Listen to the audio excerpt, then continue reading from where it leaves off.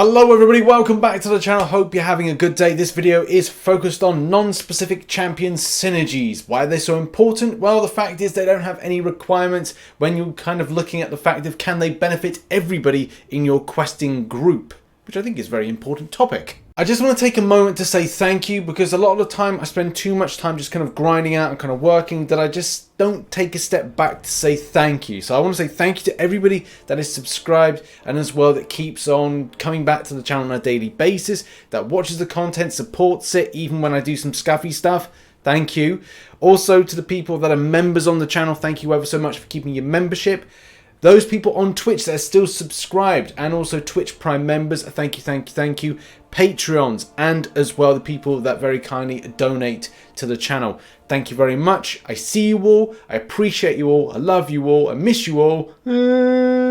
Obviously, if you haven't heard of that meme, that probably makes no sense. So let's kind of jump into the structure of this. So the name of the game is non-specific champions, which have synergy groupings which can affect positively all the people in the questing group that you're going in with. And again, to go further to explain it, so as you can see here is a questing team. This is a very specific type of synergy grouping. By having Deadpool in, it positively affects Domino, and as well different other champions have the same thing. Now we could expand this video to include things like crit rate team or mutant agenda, but I think I just want to put it down to 5 very specific ones which have a broader aspect to them, and especially they're used by a lot of players in the confines of doing certain quests. Now starting off our top 5 is a bit of an iffy one, but I think has very much a good point to it. A lot of newer champions that are coming into the game, you might kind of go like, right, well they're pretty powerful, especially coming off things like SP3s. And Dark Empowerment, which is here, is something that's good for non-villains, especially with Dormammu. But it's not the key Dormammu synergy that I think is important for like non-specific reasons. It's actually the Hood synergy that does impress me, especially looking at the fact that you can get plus 9% special 3 damage, benefiting a lot of champions if you're thinking about putting him into a synergy based grouping. And it may be the idea with Guillotine being a really good champion for hitting off a huge amount of damage from an SP3, that maybe this could be beneficial to that situation. Up next is Mr. Fantastic. This is a more stronger entry in the list of decent non-specific synergies. And first of all, starting off with Shared Knowledge, which benefits cosmic as well as skill-based champions in this particular group. Also Shared Knowledge, which is there as a beneficial aspect to tech and science champions, where you get an indefinite power sting, dealing direct damage equal to 60% of their attack rating. So look, if you're looking to pad out a synergy and put in a good champion that's a science or tech champion, this could be a good option for you. And to a lesser degree with the Mutant and Mystic Shared Knowledge of Genetics, which they regain 5% of power spent on any special attack for each unique special attack they've used in that fight, which to me, I'm not a massive fan of, but still, if you can utilize it, you can utilize it. One of the top 3 has to be Cap Infinity War, especially with its broad range of class coverings and what it actually does for them. Now, I'm going to be honest, it's not the best of stuff, but still, it's because it's so extensive, it is one of the best for those reasons. Tech Breakthrough, tech champions drain 100% of the opponent's max power, which obviously is going to be more impressive if you've got a champion that does things like power draining and power control aspects with Age of Ultron Vision and also Standard Vision. Standard Vision as a 5 or a 6 star would be a pretty cool champion to utilize with this synergy. So yeah, I'm all for it. But the fact is that pretty much the champions do that, so it's not really needed. Mutant champions get permanent passive. Now, I'm not a massive fan of utilizing prowess, and I guess that's because I don't really use an extensive amount of the mutant line, maybe with Archangel and maybe to a lesser degree with Iceman and Domino, but as new champions are added in, my interest goes to them as opposed to the older ones. But that's still not to say that they don't have any value. They do extensive value. It's just something I'm not too interested at the moment with prowess. Skilled champions get skilled training, which is all about adding critical rating onto basic attacks. Somewhat helpful, but I don't see a lot of people actually utilizing this. Hawkeye with L1 based power control, very handy, very helpful.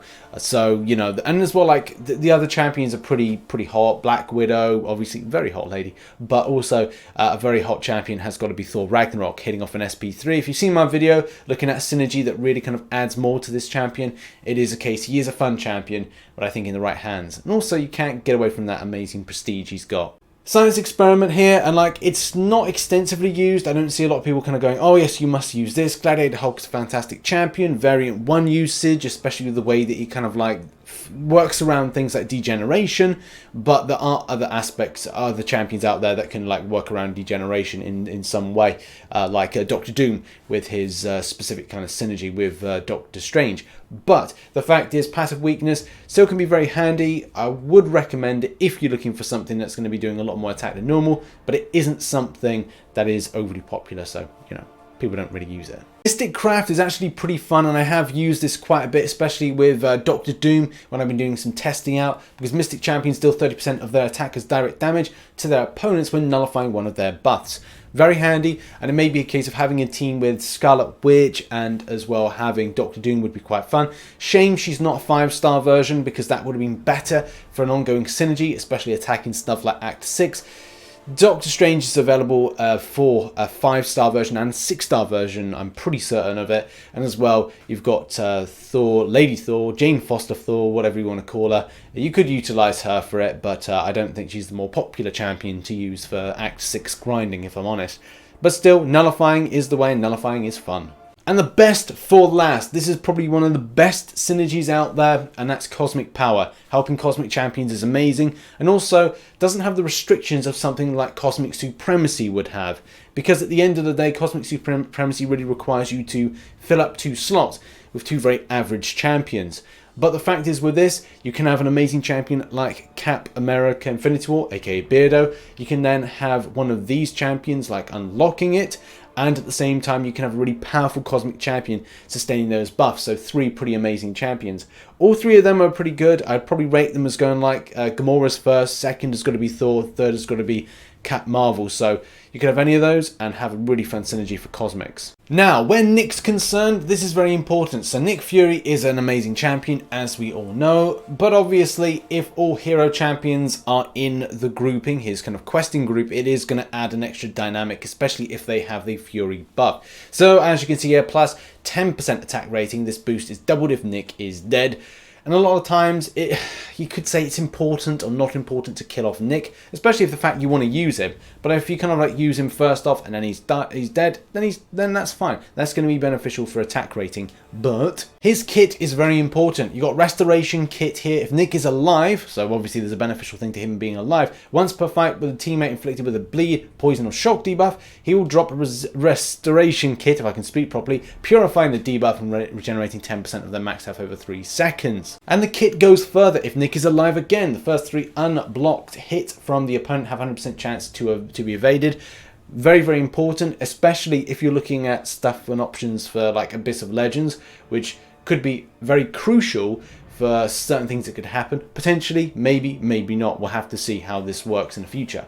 Increased firepower. If Nick is alive, when the fight starts, he grants his teammates a buff, doubling their critical rating for 10 seconds.